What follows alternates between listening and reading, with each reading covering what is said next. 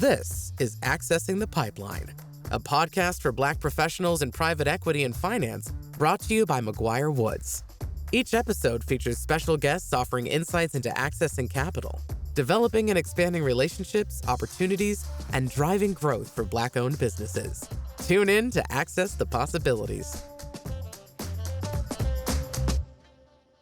All right, welcome to Accessing the Pipeline. My name is PJ Harris, and I'm an M&A associate here at McGuireWoods.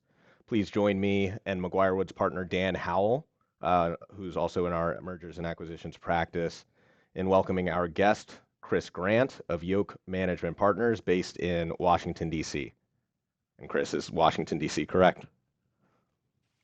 Okay. Absolutely. Yes, sir. All right. Yeah, nice to meet you, Chris. My name's Dan Howell. I'm an M&A partner in the Richmond office at McGuireWoods, and looking forward to this conversation. Absolutely, Dan. It's a pleasure to be on this podcast with you all. It's been incredible to just listen in so far and learn a ton from the other episodes you all have already produced and put together. So I'm very excited and honored to be here today. We're very excited and honored to have you. So just getting right into it, Chris, let's start by talking about your background and sort of what led you to starting your own investment firm, excuse me. Yeah, so I'm Chris Grant, born and raised in Baltimore, Maryland. I wound up going to University of Maryland, College Park for undergrad. And when I was young, I had no basically perspective of things outside of my own community. So going to Maryland felt like a stretch for me. Going to Maryland gave me a chance to really grow as a person. And I wound up studying accounting and finance when I was in school, but really loved the experience overall. Upon graduation, I moved to Washington, D.C.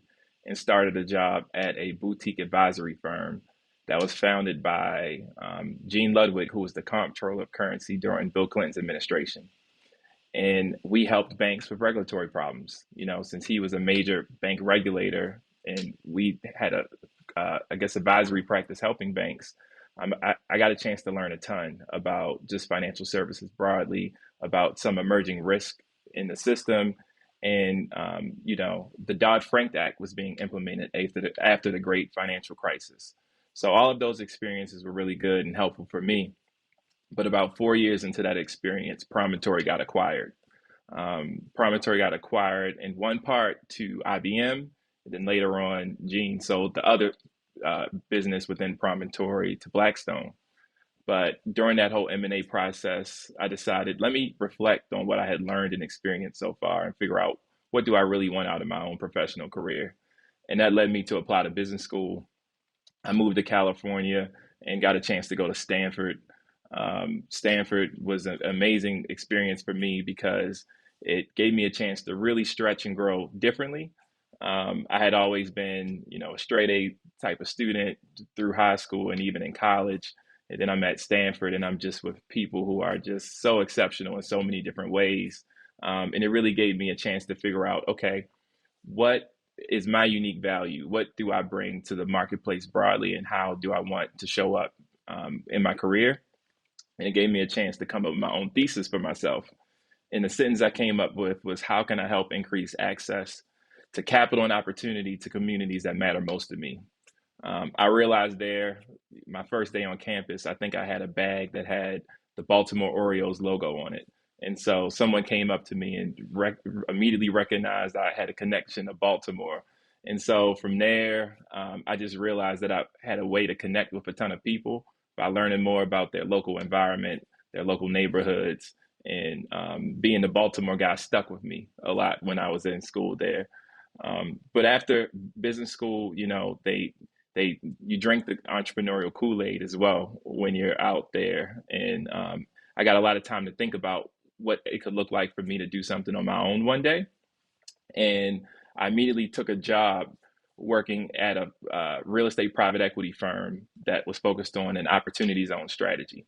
We had 3 multi-asset blind pool funds, one that was a city-based fund, a state-based fund, and then later on we created a regional fund. And I was in charge of our Baltimore effort.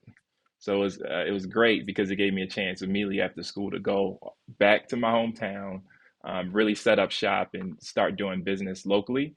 And from there, and after a few deals, in a few years, I ultimately made the decision that I wanted to branch out on my own, and Yoke was born at that point. Awesome. That's really helpful background for the audience to understand about what's important to you, and I particularly like the local focus and the desire to get back to your hometown, your home region, and clearly you were successful in doing that. And so, sort of building off of that, just curious, what were some of the early indicators that you were ready to strike out on your own? Certainly, early in your career, you had a number of external indicators, such as being named Forbes 30 Under 30 list for finance in 2021, and more recently, Yoke's acceptance into the 2024 Diverse and Emerging Sponsor cohort at Freddie Mac.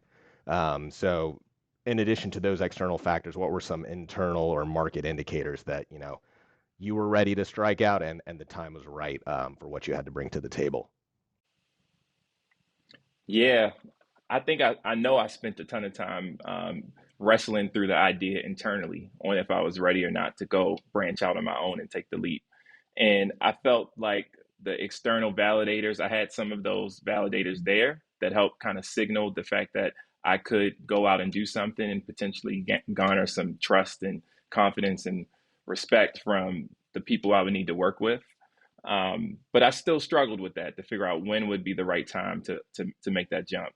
I would say on the personal side, I have a 2.5-year-old daughter, and my daughter probably was the real push for me to go out and say, do it. I had just started to feel like if I don't do it, I probably won't ever do it. So let me just go do it now, right when she's a baby, and figure out where this could take me. Because if it doesn't work, she won't remember, and if it does work, she'll be really excited about it. So I always think about it that way. And I would say so. Personally, I spent time thinking on that piece, and then the market was at an interesting time. So you think 2.5, 3 years ago, we were kind of coming out of COVID and coming out of just the whole pandemic life and what it meant to business. A couple things happened during that time. One thing in particular was uh, I would call it the racial justice movement, Black Lives Matter movement, all in the aftermath of deaths of so many people like George Floyd. And you saw a lot of corporations basically making commitments for racial equity investments. So when I saw that happen in the marketplace and it looked like there was more capital actually being allocated to support managers that look like me, that gave me a little bit of confidence that maybe it was a good time to potentially try something on my own.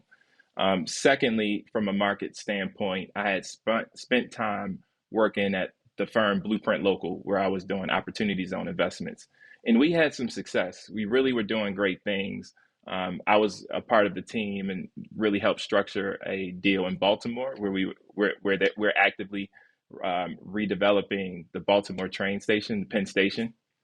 Um, but what I started to notice too during that time with the Opportunity Zone program was it had a lot of hype. A lot of people were super excited about it. Dollars were moving into it, but then it was slowing down a little bit. And so I started to think a bit about what does that mean over the long term, and what does that mean for me in my career, and how I think about what investment strategy I wanted to pursue. And so I started to write that investment strategy and found a deal.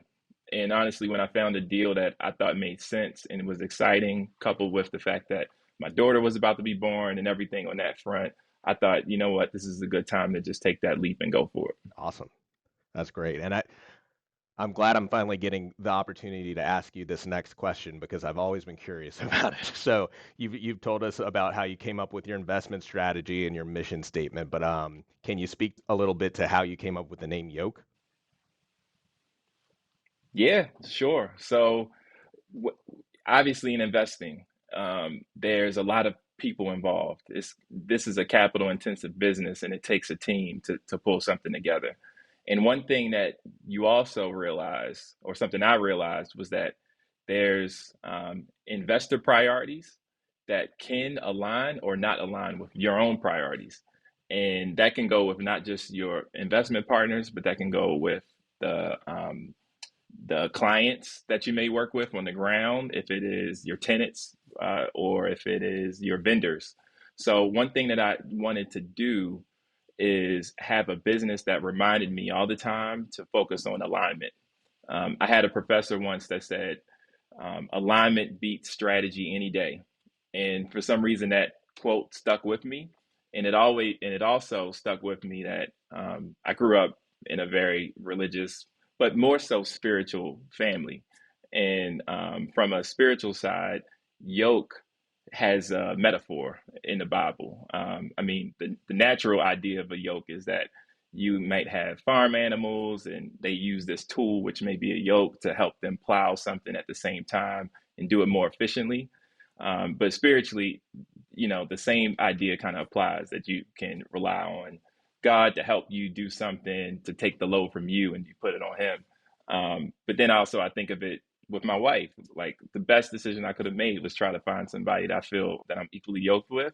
So as I thought about all these things, I just wanted to say, as I build out this business, how can I focus on interrogating partnerships to the best of my ability, so that I'm working with people that I feel like we can all share the load together, that our powers together, from our talents, our resources, etc., will help us move things forward at a more accelerated pace. So that's what Yoke is. Yeah, I'll say when I read it, whenever I read the name, I think back to my grandmother making comments about being unevenly yoked.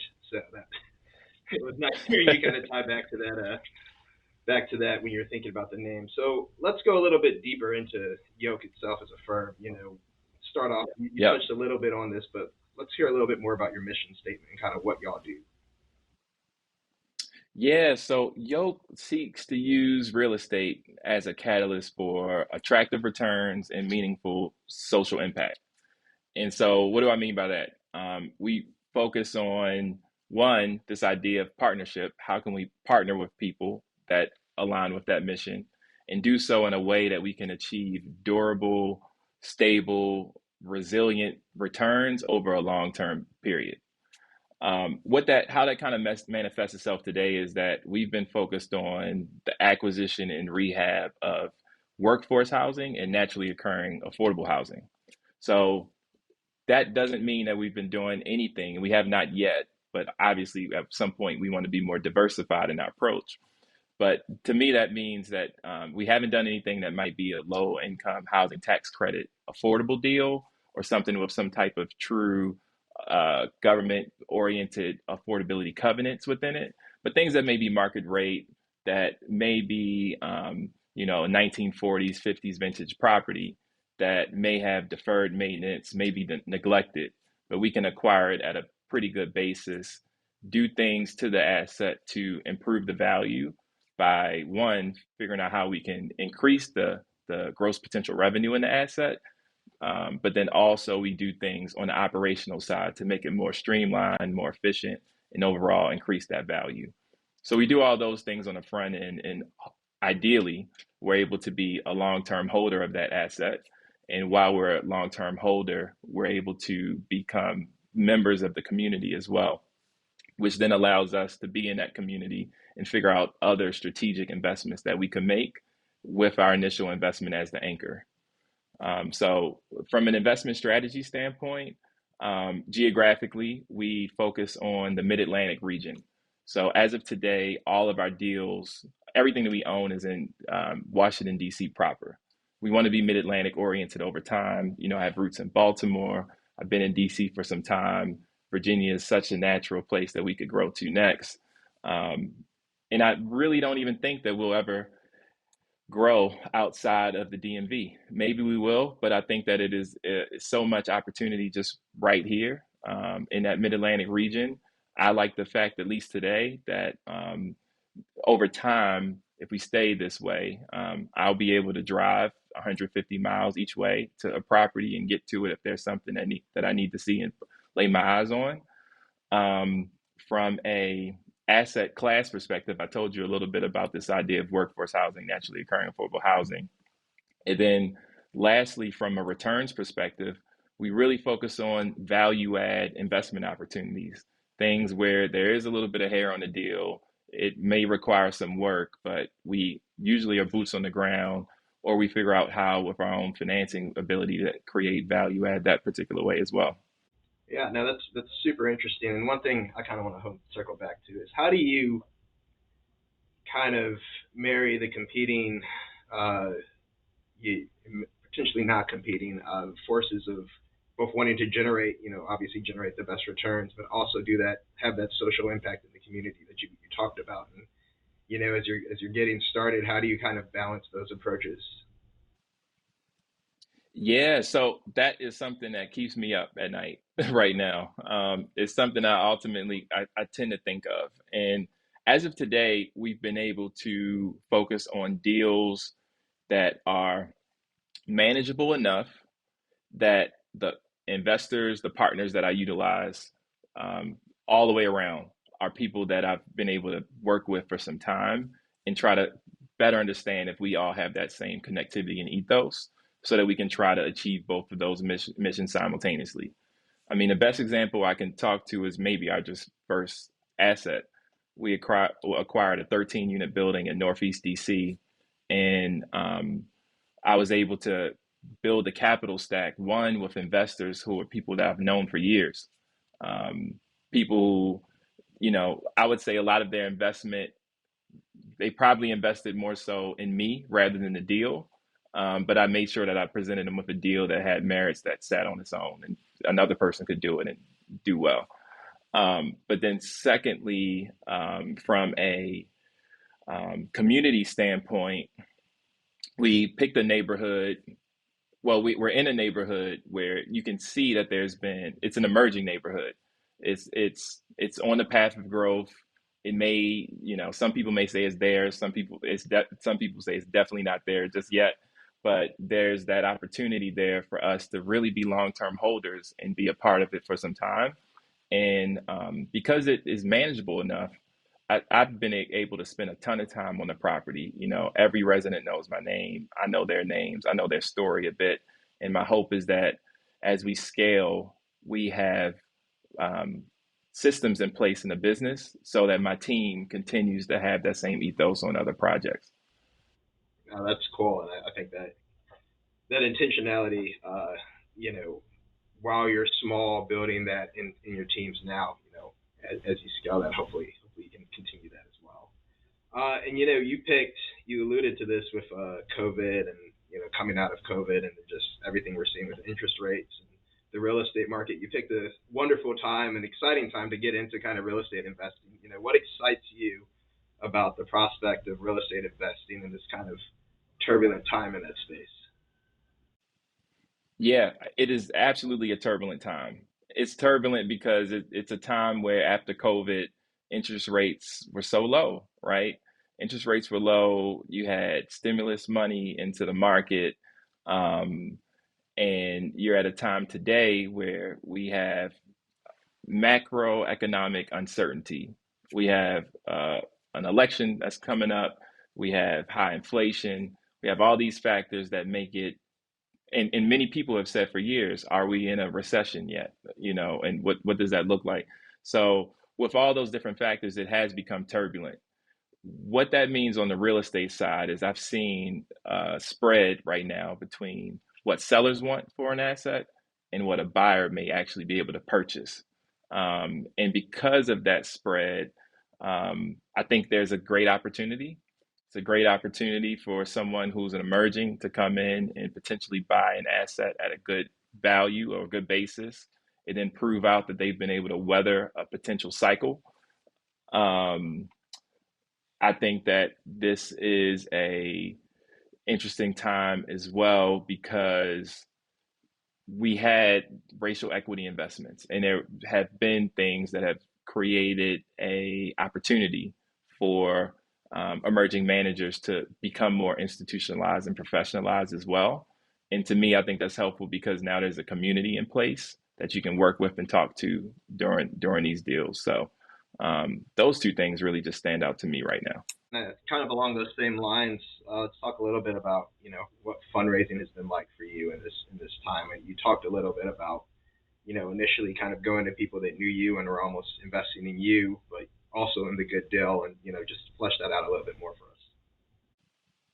Yeah, so I have strategically worked with investors who I've known for some time.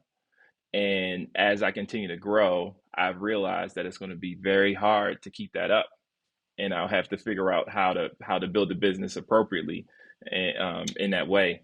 So for me, fundraising is a journey and has continued to be a journey, but it's becoming an even harder or more challenging journey because of where we are in the market, as well as my own ambitions for this company to grow and do more projects and larger projects over time. So fundraising has been something where, I could be, um, selective about who I talk to on a project, and let them know what the deal may look like. But what I've realized as well is, as inflation has increased and as money market accounts, return is a lot higher and there's safety in that, the investor expectations have increased in a tough market. So to me, there's a ton of factors in today's market that make it somewhat of a challenge, very challenging to fundraise and figure out how do you grow. Especially, and I would say the last part to this is, when you think about a market of uncertainty, usually as an investor, you want to go to something that's safe. So you'll go to that safer investment, which could be parking your money in savings, or working with a larger investment group that just has a longer track record. And so for me and companies like me that are at this emerging space, now you're comparing your track record and deal experience versus someone that may be considered more safe. And you just got to figure out how you get over that hurdle and what things can you do to help mitigate the, uh, uh, um, I guess, the apparent risk that somebody may be seeing on the other side of the table when they look at you or look at the deal you're working on. Yeah, that's great, and that actually leads really well into what I wanted to discuss next. So here at McGuireWoods, we're very interested in promoting the progress of Black professionals in private equity and finance, and also emerging managers and folks who are thinking about these things that you're thinking about in terms of how do I de-risk, the investment prospect of someone who might not have the same track record or tenure as a competitive firm, and what are the things I need to be thinking about in order to successfully execute a growth strategy as an emerging manager, and especially a Black emerging manager in real estate. And so I've been aware of this quote for a while, and when you and I first met, it really resonated with me for you and what you're trying to do. So I'm going to read it because I don't want to mess it up. But it comes from a newspaper account of a meeting between Black religious leaders and Union military authorities, published on February 13th, 1865. The quote comes from Garrison Frazier, age 67, born in Granville County, North Carolina, slave until the age of 59, when he bought himself and wife, paying 1,000 in gold and silver. Frazier was an ordained minister in the Baptist church, but his health failing was charged at the time with no congregation. He had been in the ministry for 35 years when his health was failing, and then at the time, or sorry, I'm going to pause here, Robert, but continuing the quote from here.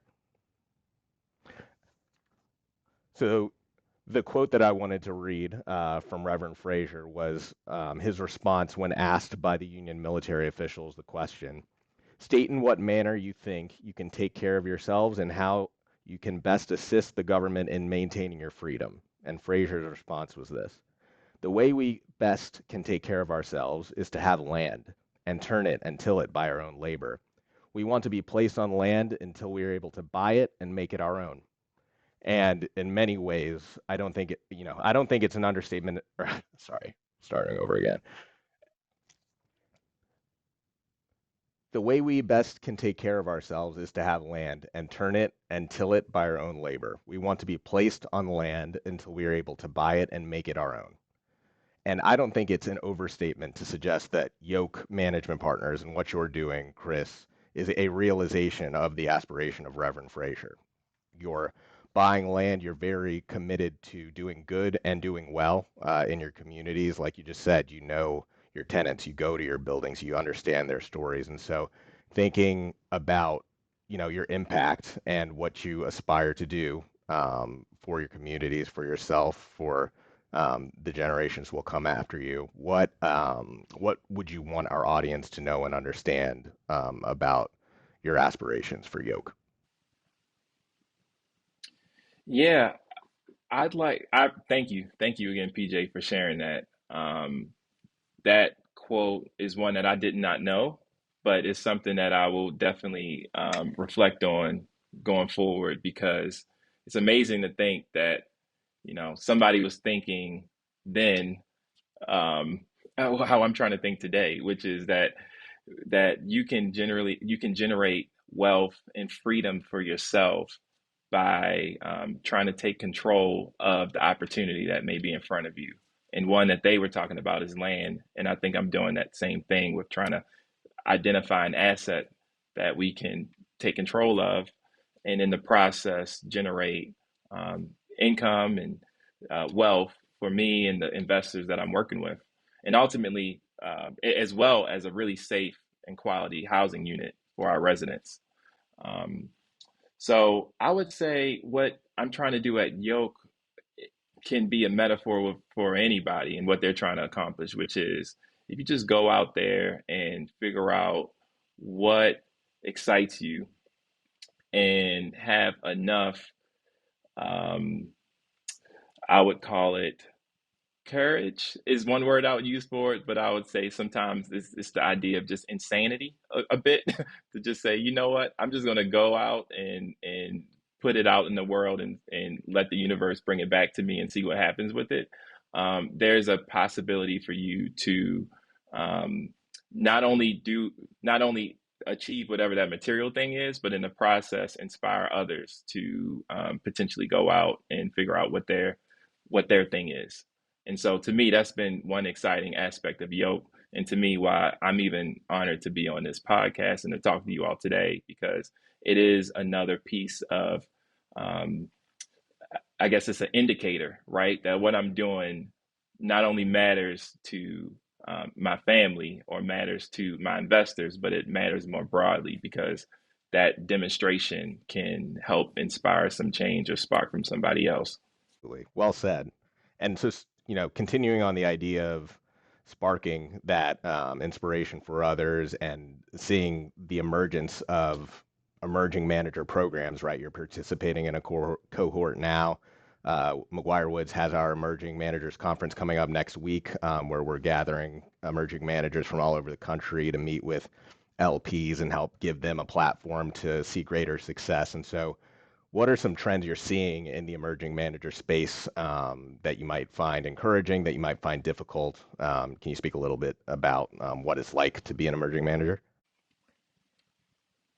Yeah, I love the fact that there are programs. I think programs help create an ecosystem. Ecosystems are great because it's the shared knowledge, resources, insights, community you all get from it. And to me, that has been one of the most exciting things about being an emerging manager in this particular time. I look at some people in the past, like Don Peebles or um, Daryl Carter, or just names of successful managers from a who've been doing it for a few decades. And to me, I always think, well, how did they do it? Who did they talk to? Like, who were they working with and talking to make sure that they were doing it the right way? And I think the great thing about the situation of today is that by having these programs, I have, 5 or 6 people that I've been able to build a relationship with who are at a similar position to me right now, who I can talk to and just trade notes and ideas with. So that's one thing that I really love about it. I think that's the hard part about the programs is as something becomes a little bit more professionalized, the there's a lower, I guess, barrier to entry. And the lower barrier to entry sometimes can be an issue when you're trying to build a business because you don't what is the unique value proposition that you bring relative to somebody else. And so obviously I'm excited about the fact that these programs are in place, because I don't want there to be I think that there's so much space. There's so much space in the market for all of us to succeed and to rise. However, there has to be some acknowledgement from the large institutional LPs that exist, that they need to think about how they expand their purview and how they think about emerging managers. I think, every investor has a strike box, and sometimes people's strike box is just so narrow and specific. And my I guess what I would push, and what I think I'll try to do now more often, is when I'm at these events, make sure that people are not just thinking of me and the other emerging managers in my cohort as just trying to fill up this one pot of money, when there's just this broad ecosystem of actual dollars going out in real estate every single day. Absolutely. And I think that goes back to what you were saying earlier about finding alignment, and how that is fundamentally important. As more managers enter the market, as more markets become more broadly invested. And I think part of what you're doing is finding emerging domestic markets that, maybe hadn't even been looked at. And that in itself is a value add for people who are looking for quality investments, but might not be looking in the right place. And I think that is a huge reason why having managers who are diverse and come from places where, private equity might not be looking, or traditional LPs might not have a sense of, what's going on in this community, and how can we generate returns that are significant enough to make this a valuable prospect. I think that is a value add that you are absolutely bringing to the table, and it's good to see. And finding alignment with the people who are interested in identifying and investing in those emerging markets and those emerging managers is crucial. And it's heartening to see the growth of it. So kudos to you on that. So I'm going to turn it over to Dan to. Sure, Yeah. sure. And Chris, this has been a great talk to learned a lot about Yoke, and excited to see where your path takes you. But we always like to end each episode, without talking shop. To give our audience an idea of something different and unique about the guests. And so, question we have for you is there a book that's been on your mind lately, something that you've either read recently or been meaning to read, that really stuck with you? Yes. So I have recently discovered on Spotify that you can actually read audiobooks. I didn't know that feature was on there. But when I went over the past few months that I found that feature, I've really leaned into it. And one book that I've gotten through and resonated with me was 50 Cent's book, Hustle Harder, Hustle Smarter, I believe is the name of it. But really good book. I've always been fascinated with his own trajectory. And I think the title makes a lot of sense for me today, and what I've been thinking about for my own business, which is, I've spent a ton of time at Yoke, boots on the ground, meeting tenants, doing things that I want to do for the ethos of the business overall. But then how do I do it smart? How do I do it in a much smarter way so that we can do this and scale it over time? So that book has been something that really has stuck with me recently. Yeah, second one I would say, a hardcover book that I have right now, and I'm only a few days into it, but it is called The Purpose Driven Life by Rick Warren. It's been pretty interesting to read, and you're supposed to read only, one day per day, one chapter per day, so it's been cool. Oh, that's awesome. That's awesome. And I too have recently discovered the audiobooks on Spotify. It's a real game changer for reading while you're on the treadmill or doing something else. So that's pretty cool. Yeah, and when you're driving, Absolutely. It's a lifesaver on those long road trips. And I wanted to throw one out there too, Dan, because I basically just referenced it. But there's a book called Emerging Domestic Markets that I think you should check out, Chris. And it's just about the notion of domestic markets becoming viable investment opportunities in the U.S. specifically, and finding those areas and those pockets, much like, the investment theory behind opportunity zones. Just the idea of, if we're going to take non-zero sumness in investment seriously, and create access opportunities to the pipeline for emerging and diverse managers, one way to make sure that the pie is growing is to also find these investment prospects and targets that people traditionally haven't been looking at. So again, I think what you're doing is phenomenal, and we're really grateful for you for taking the time to join us today. Yeah, I echo that, and it's been a pleasure. Yeah, I have nothing but gratitude for you both, for the time, for the wisdom, for keeping this podcast going, and even this book recommendation, PJ. I'll get on it soon. Sounds good. Yeah, and we will be in touch. We look forward to keeping you in the network, and we accessing the pipeline. This podcast is just one of the many ways that we look to engage with and promote Black professionals in finance and private equity. But we hope to keep you in the network and hear about how things are going. And as you see more successes, which we know you will, we'd love to help get the word out to the folks in our BPE network. Absolutely. No, I can't wait. I'm excited to be in the network. And yeah, this has just been really, really helpful today. Thank you again for this time to just be on the platform. Sure thing.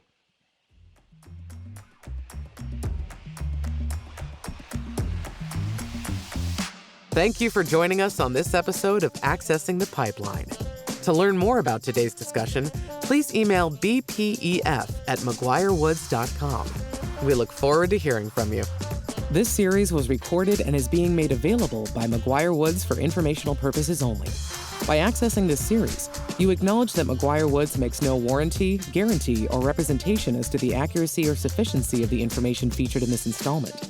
The views, information, or opinions expressed are solely those of the individuals involved and do not necessarily reflect those of McGuireWoods. This series should not be used as a substitute for competent legal advice from a licensed professional attorney in your state and should not be construed as an offer to make or consider any investment or course of action.